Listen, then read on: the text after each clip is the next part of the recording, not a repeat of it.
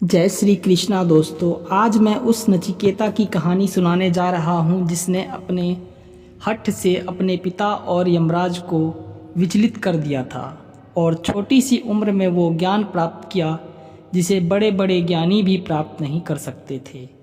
हजारों वर्ष पूर्व एक वर्चस्वा नामक एक ऋषि हुआ करते थे।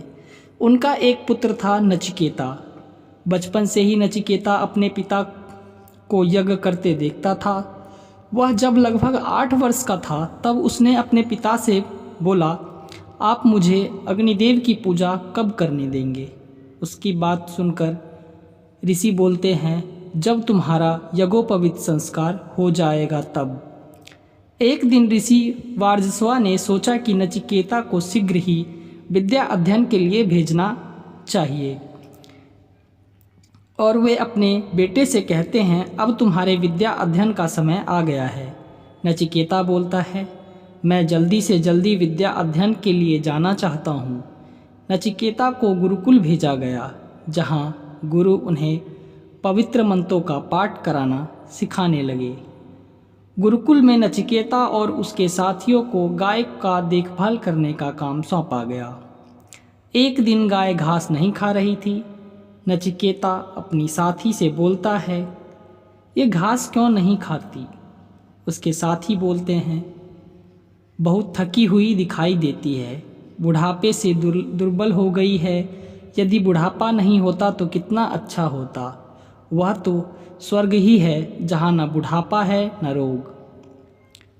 एक हिरन से नचिकेता को इतना लगाव हो गया कि नचिकेता जहाँ भी जाता था हिरन उसके पीछे लग जाती थी। एक दिन अचानक हिरन मर गई तो नचिकेता बोलता है, तू आज निहाल क्यों पड़ी है, उठ जंगल से लकड़ी ले आए हैं। उसके साथी बोलते हैं, यह तो मर गई। नचिकेता अब कभी नहीं उठेगी, इसमें जीवन नहीं रहा। नचिकेता बोलता है, क्या मतलब मर गई, और वह उदास हो जाता है। तभी एक साथी बोलता है, उदास मत हो नचिकेता, कोई भी मृत्यु से अंत नहीं होता, उसके बाद भी जीवन होता है। दूसरा साथी बोलता है, यह झूठ है, मृत्यु अंतिम होती है, उसके बाद कोई जीवन नहीं होता। और दोनों इस बात पर बहस करने लगते हैं। नचिकेता सोचने लगता है, क्या मृत्यु के बाद भी जीवन होता है। कोई कहता है हाँ तो कोई कहता है नहीं। इस उलझन को सुलझाने के लिए वह गुरु जी के पास जाता है। गुरुजी बोलते हैं, वत्स, इसका समाधान करना कठिन है। यह सत्य तो व्यक्ति को स्वयं खोजना पड़ता है। कुछ समय बाद वार्जस्वा ने नचिकेता के गुरु को संदेश भिजवाया कि वार्जस्वा ऋषि विश्वजीत यज्ञ करने वाले हैं, नचिकेता को घर जाने की अनुमति दिया जाए। गुरुजी बोलते हैं, इनके साथ जाओ और अपने पूज्य पिताजी की सहायता करो। रास्ते में नचिकेता शिष्य से बोलता है, यह विश्वजीत यज्ञ क्या होता है। शिष्य बोलता है, यह बड़ा महान यज्ञ है। इस यज्ञ में करने वाले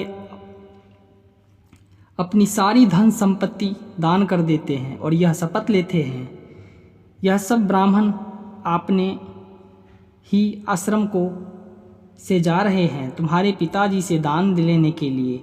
जब नचिकेता घर पहुंचा तो ऋषि ने कहा, अच्छे समय पर आए हो पुत्र, मेरे शिष्यों के साथ जाकर सभी गाय को ले आओ। नचिकेता के पिता ने शपथ लिया और उन्होंने अपनी सभी बीमार गायें, बेकार संपत्ति और जिन चीज़ों की भी उन्हें ज़रूरत नहीं थी, जो किसी न किसी रूप में उनके लिए बोझ थी, वे सब दान में दे दिया। उन्होंने खूब दिखावा किया, मगर जिन चीज़ों की उन्हें वाकई ज़रूरत थी, जैसे अपनी दोनों पत्नियों और बच्चों को, वो उन्होंने अपने पास ही रखा। नचिकेता को यह सब देखकर बहुत दुख हुआ। नचिकेता अपने पिता से कहता है, यह आपने ठीक नहीं किया पिताजी। मुझे बताइए कि आप मुझको किसे दान करने वाले हैं। उसके पिताजी कुछ नहीं बोलते हैं। नचिकेता फिर से वही प्रश्न करता है, आप मुझे किसको दान करने वाले हैं। पिता के चुप रहने पर नचिकेता तीसरी बार वही प्रश्न दोहराया। इस बार ऋषि वार्जस्वा क्रोधित हो गए और बोले, मैं तुझे यमराज को दान करूंगा। ऋषि क्रोध में कह तो दिया किंतु बाद में पछताने लगे और नचिकेता से बोले, मुझे छोड़कर मत जाओ पुत्र। नचिकेता बोलता है, अतीत में मनुष्य मृत्यु को प्राप्त होते रहे हैं और भविष्य में होते रहेंगे। मुझे आशीर्वाद देकर विदा कीजिए पिताजी। नचिकेता पिताजी की से विदा लेकर यमलोक की ओर प्रस्थान करता है। जब नचिकेता यमपुरी पहुंचा, यमराज वहां नहीं थे। उसने वही यमराज का प्रतीक्षा करने लगा और 3 दिन तक भूखे प्यासे प्रतीक्षा करता रहा। 3 दिन बाद जब यमराज लौटे तो उन्होंने पूरी तरह थके और भूखे मगर पक्के इरादे वाले छोटे से बालक को देखा। यमराज बोले, मुझे यह देखकर बहुत अच्छा लगा। तुम 3 दिन से भूखे प्यासे मेरा इंतजार कर रहे हो। तुम्हें क्या चाहिए? मैं तुम्हें 3 वरदान दूंगा। बताओ तुम क्या चाहते हो? नचिकेता बोलता है, मेरे पिता ने उन बूढ़ी गायों को दान में दिया है जो कोई काम के नहीं है। वो एक बोझ मात्र है। आप उन्हें इस पाप से मुक्त कर दें और उनके मन में शांति तथा प्रसन्नता प्राप्त हो। यह पहला वर मांगता हूँ। तथा यमराज बोलते हैं, तथास्तु। जब वे देखेंगे कि तुम मृत्यु के मुख से लौट आए हो, वो बड़े हर्ष से तुम्हारा स्वागत करेंगे। दूसरा वर में नचिकेता बोलता है, स्वर्ग में न भोग है, न प्यास है, न बुढ़ापा है, न ही मृत्यु। मुझे वह यज्ञ बताइए जिसे करने से भूख और प्यास का अनुभव ही ना हो। यमराज बोलते हैं, तथास्तु। ऐसा यज्ञ बताने में मुझे अति प्रसन्नता होगी। यह यज्ञ अब नचिकेता यज्ञ के नाम से जाना जाएगा। फिर नचिकेता ने उनसे पूछा, कुछ लोग कहते हैं कि मृत्यु के पश्चात जीवन होता है, कुछ कहते हैं जीवन नहीं होता। बताइए मृत्यु का रहस्य का क्या है? मृत्यु के बाद क्या होता है? यह तीसरा वर मांगता हूँ। यह प्रश्न तुम वापस ले लो। यमराज कहते हैं, तुम चाहो तो मुझसे एक राज्य मांग लो, मैं तुम्हें दे दूंगा, किंतु तुम ये प्रश्न वापस ले लो। तुम मुझसे दुनिया की सारी खुशियां ले लो, मगर यह प्रश्न मत पूछो। नचिकेता बोलता है, मैं कुछ नहीं चाहता, आप बस मेरे प्रश्न का उत्तर दीजिए। यमराज ने इस सवाल को टालने की हर संभव कोशिश की। वह बोले, देवता भी इस प्रश्न का उत्तर नहीं जानते। मैं तुम्हें नहीं बता सकता। अगर ऐसा है, देवता भी इसका उत्तर नहीं जानते, सिर्फ आप जानते हैं, तब तो आपको इसका उत्तर देना ही होगा। यमराज को समझ आ गया था कि इस बालक का विश्वास अडिग है। इसके मन में लोभ लालच आने वाला नहीं है, इसे ज्ञान देना चाहिए।